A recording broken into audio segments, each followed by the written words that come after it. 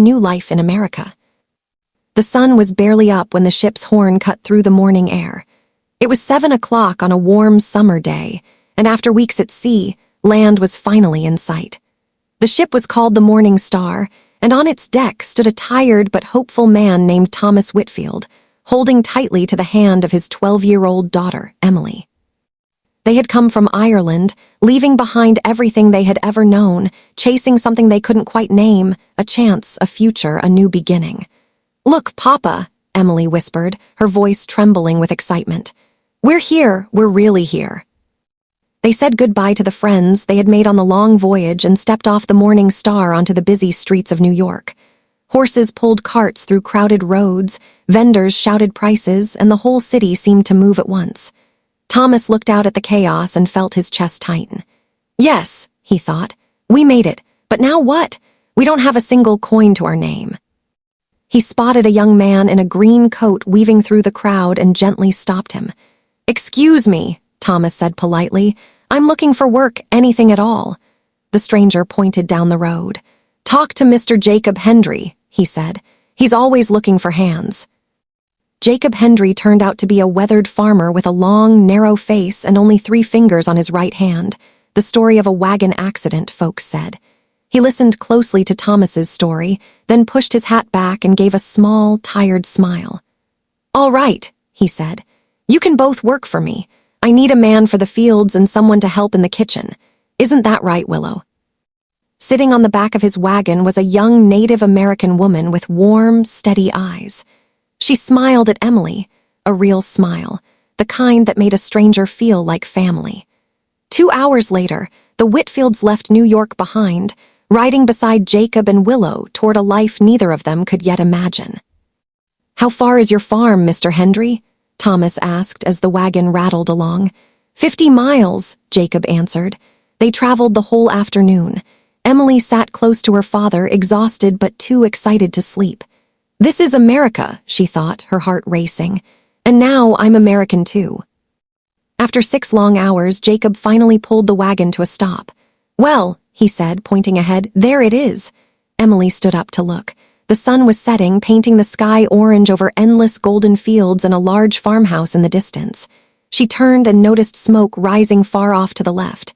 "Where's that smoke coming from?" she asked. "That's the village," Willow answered softly. "My family lives there." The next morning, their new life began. Emily worked beside Willow in the farmhouse, cooking breakfast for everyone, making the beds, scrubbing the kitchen floor until it shone.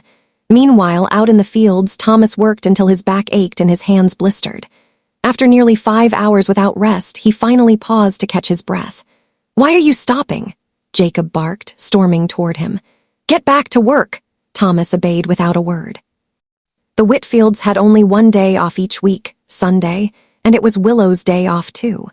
She used it to visit her family in the village, and one Sunday she brought Emily along.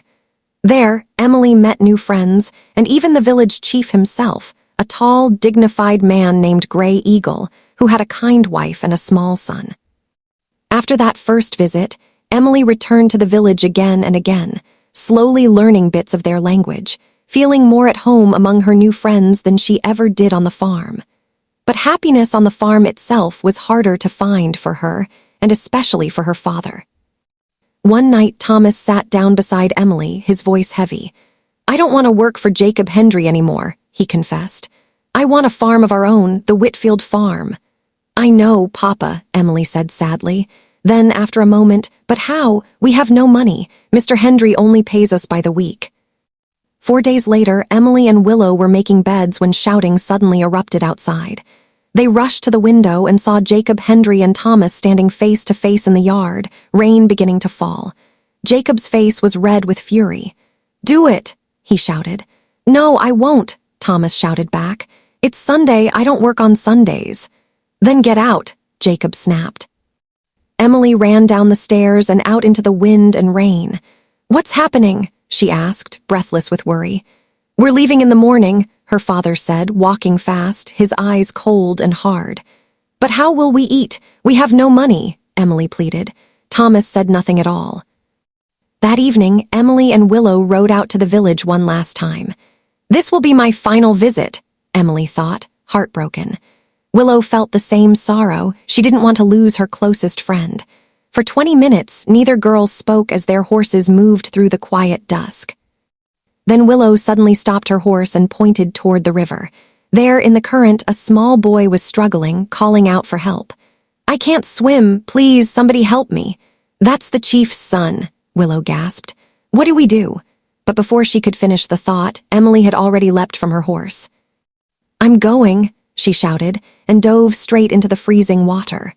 The boy's head kept slipping beneath the surface as Emily swam hard toward him, wrapped her arm around his small body, and pulled him close. "It's all right," she gasped. "You're safe now. I've got you." Half an hour later, soaked and shivering, Emily and Willow arrived back at the village with the boy between them. Chief Gray Eagle rushed out to meet them, confusion written across his face. "Why is my son with you? Why are you and the English girl both soaked?" Willow told him everything, word for word. When she finished, the chief's eyes filled with tears of gratitude. He turned to Emily and smiled warmly. "How can I ever repay you?" he asked. "Please let me give you something." "Anything," he added. That night at 9 o'clock, Thomas sat quietly packing his few belongings, dread sitting heavy in his stomach. What will tomorrow bring? He wondered. Suddenly the door burst open and Emily rushed in, eyes shining, a wide smile on her face. "Come with me, Papa," she said breathlessly. "I need to show you something." Thomas stared at his daughter, bewildered. "What on earth are you talking about?" "No time for questions," Emily laughed. "Just come." She led him up a small hill overlooking the valley. "Look," she said, pointing into the distance. "Do you see that land over there?"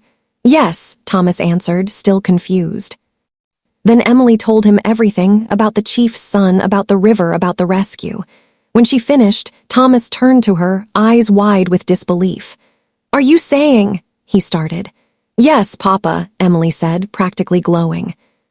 "The village is giving us our own farm, the Whitfield farm. Oh, Papa, it's wonderful. We can finally begin our new life for real this time." The next morning, Thomas and Emily moved onto their new land. The villagers helped them raise a small house and plant their very first crops. Emily was bursting with energy and hope, and Thomas smiled more in that 1 week than he had in months.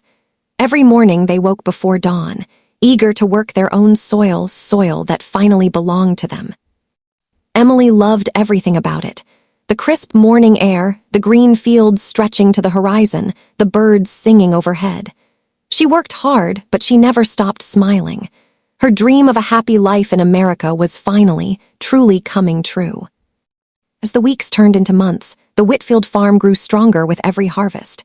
They planted corn, potatoes, and beans and built a fence to keep the wild animals away.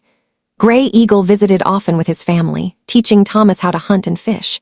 Willow and Emily remained the closest of friends. Sometimes Emily rode to the village. Sometimes Willow came to the farm. They laughed together, cooked together, and shared stories under the open sky. Life was simple, but it was, at last, truly happy. One golden afternoon, Emily and Willow sat beneath a tall old tree. "I'm so glad we found each other," Willow said softly. "Me too," Emily replied. "I don't know what I would have done without you." The two girls smiled at one another, the kind of smile that only comes from real friendship. In the distance, Thomas worked the fields, his silhouette outlined against the setting sun. The Whitfield farm wasn't large, but it was full of love and hard work.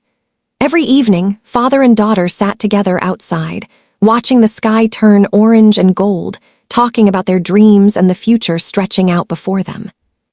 The months turned into a year, and by the end of it, the Whitfield farm had become known throughout the whole region. People traveled from neighboring villages just to buy their vegetables and fruit, swearing they'd never tasted anything better. Thomas and Emily saved every coin they earned and bought more land, dreaming of building a bigger house one day. As for Emily, she had a dream of her own. She wanted someday to open a school for the children of the village. And now, standing on the land that was truly hers, she believed with all her heart that every dream, no matter how big, could come true.